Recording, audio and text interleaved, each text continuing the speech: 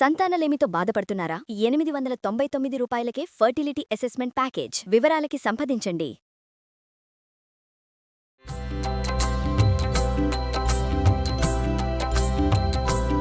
ఒక్కసారి రథసప్తమి స్పెషల్. ఒక్కసారి రథసప్తమికి సూర్యారాధనలో భాగంగా ఈ రోజున పూర్తిగా ఉత్తరం వైపుకి వాలిపోతాడు సూర్యుడు. అన్ని డిగ్రీలు వచ్చేస్తాడు అన్నమాట.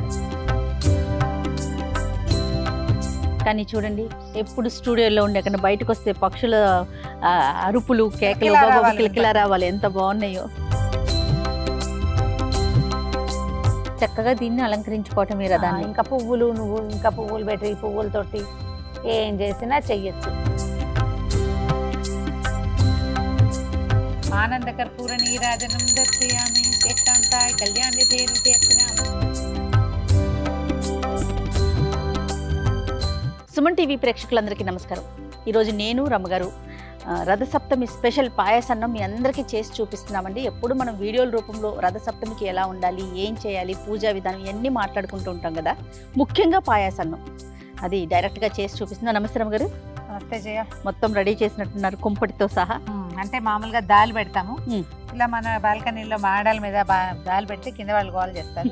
కుంపటి సేఫ్ అని కుంపట్లో పెట్టుకుంటాం. ఇదిగో మన కుంపటి సిద్ధంగా ఉంది. ఓకే అండి. ఈ కుంపట్లో ఏం చేద్దామంటే మంచి పర్ఫెక్ట్ ఆవు పిడకలు ఉన్నాయి మన దగ్గర. ఓకే, వీటిని పేర్చేద్దాం. మొదట కుంపటి వెలిగించుకుని చేయటం మామూలుగా నేను ఎప్పుడు చేసేదే. నేనేం చేస్తున్నానంటే శాస్త్రానికి 2-3 ఆవు పిడకలు పెట్టి కొంచెం ముందుకు కింద బొగ్గులు పోసేసుకుంటున్నాను. సరే, ఇవాళ మనం వీడియో కోసం చేస్తున్నాం కాబట్టి పూర్తి పిడకలు ఇంటి దగ్గర అట్లా చేస్తాం. ఊర్లో అట్లా చేసేవాళ్ళం. చిన్న చిన్న ముక్కలు చేస్తే మనకి ఏంటంటే చకచక ఇది. రథసప్తమి స్పెషల్ ఇది కదా రమ్మగారు.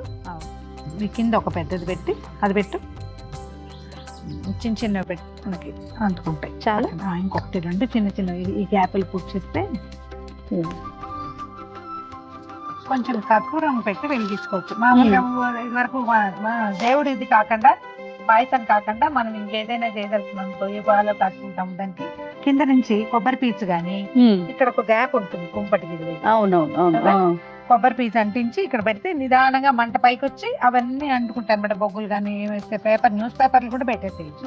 మనం ఇది దేవుడి వ్యవహారం చేయబోతాం కాబట్టి కర్పూరాన్ని అటు ఇటు 4 బిళ్ళలు సర్దేసి ఇక్కడ 2-3 బిళ్ళలు వేసుకోవడం. తర్వాత ఉండింది కాదు, ఇది అంటుకోవటానికి వేరే ఒక చిన్న బూర్ లాంటిది పెట్టాలి. చేస్తే మనకి గాలికి అవునవును అంటుకోవాలి కదా. కుంపటి రాసుకునే లోపల మనం కొంచెం ముగ్గేసుకుని చిక్కుడుకాయలు రసం చేసుకుని కుంపటి కాగా టైం తీసుకుంటుందండి. ఇది అంటుకోవాలి, మనకి పాయసం ఉడకాలి. ఉన్నాయి కదా, ఈ లోపల మనం మిగిలిన పనులు చేసుకోవాలి. అలాగే రమ్మగారు. ఒక్కసారి రథసప్తమి స్పెషల్. ఒక్కసారి రథసప్తమి సూర్యారాధనలో భాగంగా ఈ రోజున పూర్తిగా ఉత్తరం వైపుకి వాలిపోతాడు సూర్యుడు. అన్ని డిగ్రీలు వచ్చేస్తాడు అన్నమాట. ఇవాళ నుంచి నడక చాలా స్పీడ్ ఎక్కుతుంది. ఎప్పటికే మనకి ఎండ వచ్చేస్తుంది. అవును, ఇంకా బాగా ఎండలు ఎదిగిపోతుంది.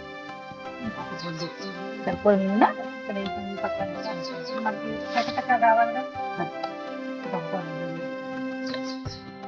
పైన గాలి కదా, గబా గబా గబా. చాలు చాలా. కానీ చూడండి, ఎప్పుడు స్టూడియోలో ఉండే కన్నా బయటకు వస్తే పక్షుల అరుపులు, కేకలు, కిలకిలా రావాలి. ఎంత బాగున్నాయో. మొత్తం పోయి అంటుకుని చూసాదే. అవును, ఒక ఇద్దరు గిన్నె పెడదాం. ఇందులో గిన్నెని కడిగి పెట్టుకోండి. కడిగి ఉండాలి. పాలు పోసుకుంటాం. ఒక 1/2 లీటర్ పాలు చేయ. ఓకే అండి. రమ్మగారు, పాలు పోసి పెట్టాము. ఈ పాలు పొంగు రానివ్వాలి. ఈ లోపల మనం ఏం చేద్దామంటే చిక్కుడుకాయలు రసం చేసుకుంటాము. బియ్యానికి ఇందులో 3 గుప్పెళ్ళు బియ్యం వేస్తాం. 1/2 లీటర్కి 3 గుప్పెళ్ళ లెక్క సరిపోతుందండి. అంతే. దానికి కొంచెం నెయ్యి రాసి పక్కన పెట్టుకోవాలి. 3 లెక్క ఏంటి రమ్మగారు? అట్లా ఏమన్నా ఏదైనా శాస్త్రానికి 3 చేస్తామండి. దానికి నెయ్యి రాసేసి పక్కన పెట్టుకుంటే ఇది పొంగు వచ్చేటప్పుడు మనం వేసేస్తాం.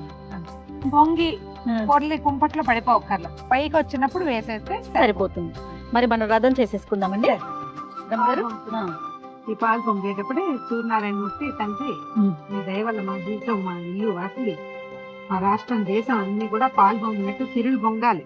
అంతే, ఎంతో బాగుండాలి. అందరికి ఓ దండం పెట్టుకోవటం. సూర్యుడు చక్కగా కనపడుతున్నాడు చూడు మనం. అవునండి, అవును. ఓపెన్ ఎయిర్ చేయటం మంచి సరదాగా ఉంటుంది. బాగుంది. కొంచెం టఫ్ గా ఉంటుంది. నిదానంగా పొంగుతుంది. ఇంత గాలి లేకపోతే ఈ పాటికి అవును. అయిపోయేది. ఇప్పుడు గాలి ఎక్కువ అయ్యేసరికి స్టవ్ మీద అయితే మొత్తం ఇలా బల్లమని వచ్చేది. అవును. ఇప్పుడు నిదానంగా వస్తుంది కదా, తాపిగా లేదు, కొంచెం కొంచెం స్లో మోషన్ లో వస్తుంది, సినిమాటిక్ గా. ఏదైనా వేసేయండి అమ్మగారు. ఒకటి, మళ్ళా రెండో పొంగు రానిచ్చి రెండోది వేస్తాం స్టవ్ మీద అయితే. కుంపటి కాబట్టి అంత రాకపోవచ్చు, అందుకని వేసేస్తాం.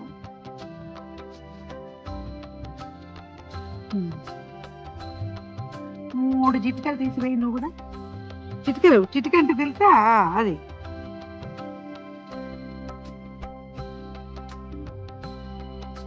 దీని మీద మూత పెట్టి తాపీగా నిదానంగా ఉడకనిద్దాము. ఈ లోపల మనం పూజ ఏర్పాటు చేసుకుంటాం. అలానే రమ్మగారు. రమ్మగారు, ఇక బియ్యం అన్నం ఉడికిపోయింది అనిపిస్తుందా? అవునండి. దగ్గరకు వచ్చేసింది కదా, మెట్టుకు ఉడికిపోయినాక ఏమైనా చూడు, మన మామూలు పరమాన్నానికి బాగా చిమడు ఉడికిపోతుంది అన్నం. అవును చూడండి. రసప్తం పాయసం మాత్రం ఒక రవ్వ బిరుసు ఉంటుంది. పూర్తి పాలతోటి ఉడికే అన్నము టైం పడుతుంది. అవును. కొంచెం తడి ఉండగానే బెల్లం వేసేద్దాము. 3 గుప్పెళ్ళు అన్నం వేసాం, బియ్యం వేసాం కదా. అవును. 3-4 గుప్పెళ్ళు అయినా వేసుకోవాలి బెల్లం. అవును, కొంచెం ఎక్కువ వేయాలి కదా. వేసేయండి. మామూలుగా మనం కరగబెట్టి వేసుకుంటాం. కొంచెం మంచి బెల్లం చూసుకుని వేసుకుంటే ఇది విరిగిపోకుండా ఉంటుంది. అవును. ఒక్కసారి పైకి కిందకి కలిపేసి 4 నిమిషాల పాటు అంటే అదే నిదానంగా కలిసిపోతుంది. పాయసం పూర్తిగా పక్కన నెయ్యి నుండి చూడు, కొంచెం కొద్దిగా నెయ్యి వేద్దాం. ఇందులో మనం ఏలకొండు అవేమి ఏమి వేయం కదా, నెయ్యే పొయ్యి మీద ఉండగా వేయటం, మళ్ళీ దింపాక మళ్ళీ ఒక నెయ్యి తొక్కేసి చూపిస్తాం. ఈ లోపల మనం చిక్కుడుకాయలు రసం చేసుకుందామా. అట్లానేనండి. 7 గుర్రాలు, అందుకని 7 చిక్కుడుకాయ.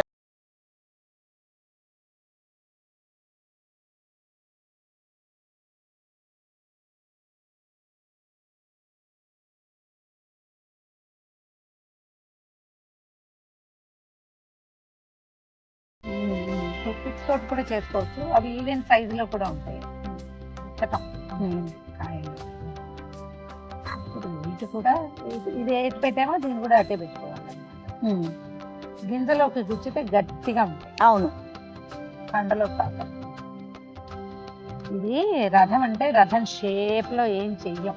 శాస్త్రానికి ఈ చిక్కుడుకాయల రథాన్ని చేస్తాం. 7కి లెక్కేంటమ్మ గారు? 7 గుర్రాలు. ఆయన గుర్రాలని. సప్తాశ్వరథమారూఢం ప్రచండం కశ్యపాత్మజం.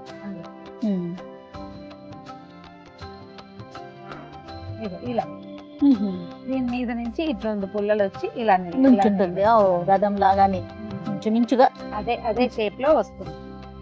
అది మనం ఉంచోటం కోసమే, ఊరికే శాస్త్రానికి చేసేది కానీ అంతకంటే పెద్ద విశేషమైన వ్యవహారమే ఉండదు ఇందులో. అవి గట్టిగా ఉంటే ఈజీగా దిగిపోతుంది.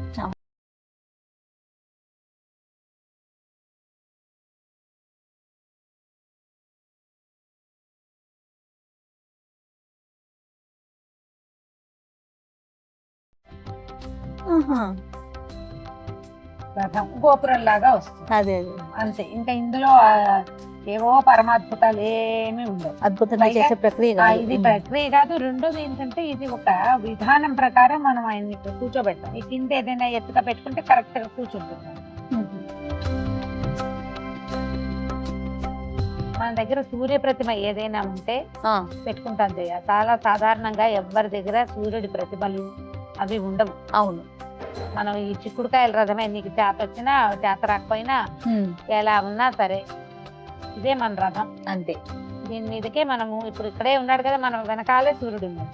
ఆ వెనకాలన్న సూర్యనారాయణ మూర్తిని ఈ చిక్కుడుకాయల రథం మీదకి ఆహ్వానిస్తాం. ఇక్కడికి రానైనా అని చెప్పి చక్కగా దీన్ని అలంకరించుకోవటమే రథాన్ని. ఇంకా పువ్వులు పెట్టి పువ్వులతోటి ఏం చేసినా చెయ్యొచ్చు. మనం బ్యూటిఫికేషన్ కోసం చేయట్లేదు, జస్ట్ విధానం చెప్పుకుంటున్నాం అంతే. మనం ఏదైనా అలంకారాలు చేసి అలా వీడియోలు తీసేటప్పుడు మనం ఏటా చేసినా చేయకపోయినా బోల్డన్ వేషాలు వేస్తాం. అదేం వేయట్లేదు. ఒక చిన్న పసుపు వినాయకుడిని కనుక చేసి పెట్టుకుంటే, అంటే ఏది ప్రతిమా విశేషం లేదని మనకు ఇది లేకుండా పసుపుతోటి ఒక చిన్న వినాయకుడిని చేసుకుంటే, గౌరీదేవిని కానీ చేస్తే సరిపోతుంది. మన దగ్గర ఈ అరసవెల్లి సూర్యనారాయణ మూర్తిది ఏదైనా ప్రతిమ విశేషం అలా ఉన్నాయి అనుకో, అవి కూడా అవి పెట్టుకోవచ్చు. పెట్టుకోవచ్చు. తర్వాత ఈ కోణార్క సూర్యుడు అలా ఉంటాడు మన దగ్గర, కొంతమంది ఇళ్లలో ఉంటాడు కదా, అవునండి. అప్పుడు కూడా పెట్టుకోవచ్చు. చిన్న గౌరి అదే ఇప్పుడు హరిద్రాబింబంలోనే అంటే పసుపు ముద్దకే మనం సూర్యుడిని పిలుస్తాం అన్నమాట. అందులోకి దీపానికి కూడా చిన్న అలంకారం చేద్దాం. మనం ఇట్లా వాకిట్లో చేసుకునేటప్పుడు నిలువు ఒత్తి కనుక వేస్తే ఇట్లా ఇది కొండెక్కకుండా ఉంటుంది. పక్కకు పెట్టిన ఒత్తి పడిపోతుంది అంటే వెళ్ళిపోవచ్చు, కానీ గాలికి నిలువు ఒత్తి నిలువు ఒత్తి నుంచుంటుంది అనమాట. ఎంత గాలి వస్తుందో చూడు. ఆదిత్య హృదయం కానీ, నవారి స్తోత్రం కానీ, సూర్యమండల స్తోత్రం కానీ ఏది చదువుకుంటే అది చదువుకోవటం. ఓకే, ఆగట్లేదయ్యా. ఇదిగో దీపారాధనకు ఒక పువ్వు, సూర్యుడికి కొన్ని పుష్పాలు,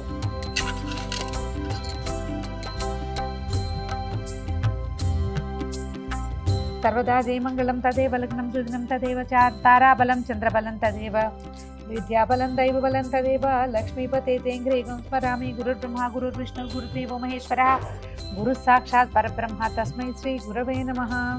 లాభస్తేషాం జయస్తేషాం కుతస్తేషాం పరాభవః ఏషాం ఇందీవరస్యామో హృదయస్థో జనార్దనః. సర్వమంగళమాంగళ్యే శివే సర్వార్థసాధికే శరణ్యే త్రయంబకే గౌరీ నారాయణి నమోస్తుతే. శ్రీలక్ష్మీ నారాయణాభ్యాం నమః ఉమామహేశ్వరాభ్యాం నమః. సప్తమ్యాం రథసప్తమి నామ పుణ్యతిథౌ భృగువాసరే శుభనక్షత్రే శుభయోగే శుభకరణ ఏవం గుణ విశేషణ విశిష్టాయాం అస్మాకం సహకుటుంబానాం క్షేమస్థైర్యధైర్య విజయాభయారోగ్య ఐశ్వర్యాభివృద్ధ్యర్థం ధర్మార్థకామోక్ష చతుర్విధ ఫలపురుషార్థ సిద్ధ్యర్థం శ్రీ సూర్యనారాయణ దేవతాముద్దిశ్య శ్రీ సూర్యనారాయణ దేవతా ప్రీత్యర్థం రథసప్తమి పూజాంగ అహం కరిష్యే. రథంగా కలసారాధనం కరిష్యే ఏదో చేస్తాము. కలసాలు ముఖాలు విష్ణువులు అన్నీ చేసేసినట్టే. ఇదిగో నీళ్ళు ఉన్నాయి కాబట్టి ఇంక ఇబ్బంది. దానం పెట్టుకో జయ. జయ సదా సవితృమండల మధ్యవర్తి నారాయణ సరసిజాసన సన్నివిష్ట కేయూరవాన్ మకర కుండలవాన్ కిరీటి హారి హిరణ్మయవ పుర్ధృత శంఖ చక్ర. సూర్యుడికి 12 నామాలు ఉన్నాయి. ద్వాదశ నామావళి చెప్తారు. ఈ నెల రోజులు కూడా చదువుకోవచ్చు. మిత్రాయ నమః రవయే నమః అని చెప్తారు. ఈ 12 నామాలు ఒక మాట చదువుకోవటం. తర్వాత ఇప్పుడు మనం పాయసం పక్కన దగ్గర పెట్టుకున్నాం కదా, అవునండి. దీన్ని మనకి చిక్కుడాకులు కనుక దొరికితే ఒక పళ్ళెంలో చిక్కుడాకులు పరిచి అందులో పెట్టుకోవటమా? అందులో పెట్టి నివేదన చేసేస్తాం అన్నమాట. ఈ సీజన్ వచ్చేసరికల్లా చిక్కుడాకులు ఒక రకంగా అవుతాయి జబ్బుగా. అవును రమ్మగారు, ఎక్కడ చూసినా ఇలానే కనిపిస్తా ఉన్నాయండి. 5 ఆకుల్లో పెడతాం జయ, 7 ఆకుల్లో పెట్టుకుంటాము అట్లా అన్నమాట.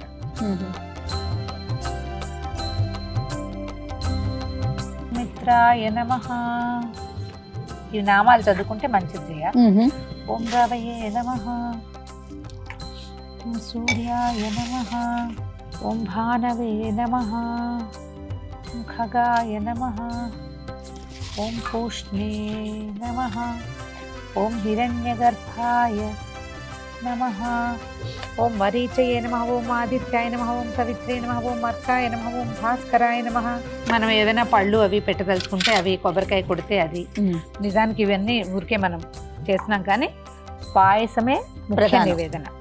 ఓం భూర్భువస్సువర్యేణం భర్గో దేవస్య ధియో యో నః ప్రచోదయాత్ తాపో జ్యోతిరసమృతం బ్రహ్మ భూర్భువస్సువరం తత్వం తత్వేన పరిశించామి అమృతమస్తు అమృతోపస్తరణమసి. ఓం ప్రాణాయ స్వాహ, ఓం పానాయ స్వాహ, ఓం వ్యానాయ స్వాహ, ఉదానాయ స్వాహ, సమానాయ స్వాహ. భాస్కరాయ నమః తాంబూలం సమర్పయామి. ఓం ఆదిత్యాయ నమః ఆనందకర్పూర నీరాజనం దర్శయామి. శ్రీకాంతాయ కళ్యాణితే నిత్యర్చనామ శ్రీ వెంకట నివాసాయ శ్రీనివాసాయ మంగళం మంగళాశాసన పదై మదాశాది పురోగమై సర్వైశ్చ పూర్వైరాశాదేహి సత్కృతాయాస్తు మంగళం. రథసప్తమి పూజా విధానం అంటే ఏదో విశేషంగా చేయాలనుకోవద్దు. పాయసం చేయటం చాలా ముఖ్యం. పొంగే పాలల్లో బియ్యం వేసి పాయసాన్నం వండటం, కొంచెం సూర్యబింబం కనపడే చోట ఒకసారి నమస్కారం చేసుకుని నివేదన చేయటమే. చిక్కుడుకాయలు రథం చేసుకుంటామా, చిక్కుడాకులు దొరుకుతాయా, వాటికంటే మన లోపల ఆస్థ చాలా ముఖ్యం.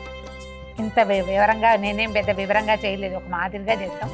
ఇంత మాత్రం చేసినా సరే మనకి లోపల ఉండటం, పగలు భోజనం చేసి సాయంకాలం ఉపవాసం చేయటమే దీని లక్షణం అన్నమాట. ఇదిగో మన చిక్కుడాకుల్లో ప్రసాదం తిని చూడు.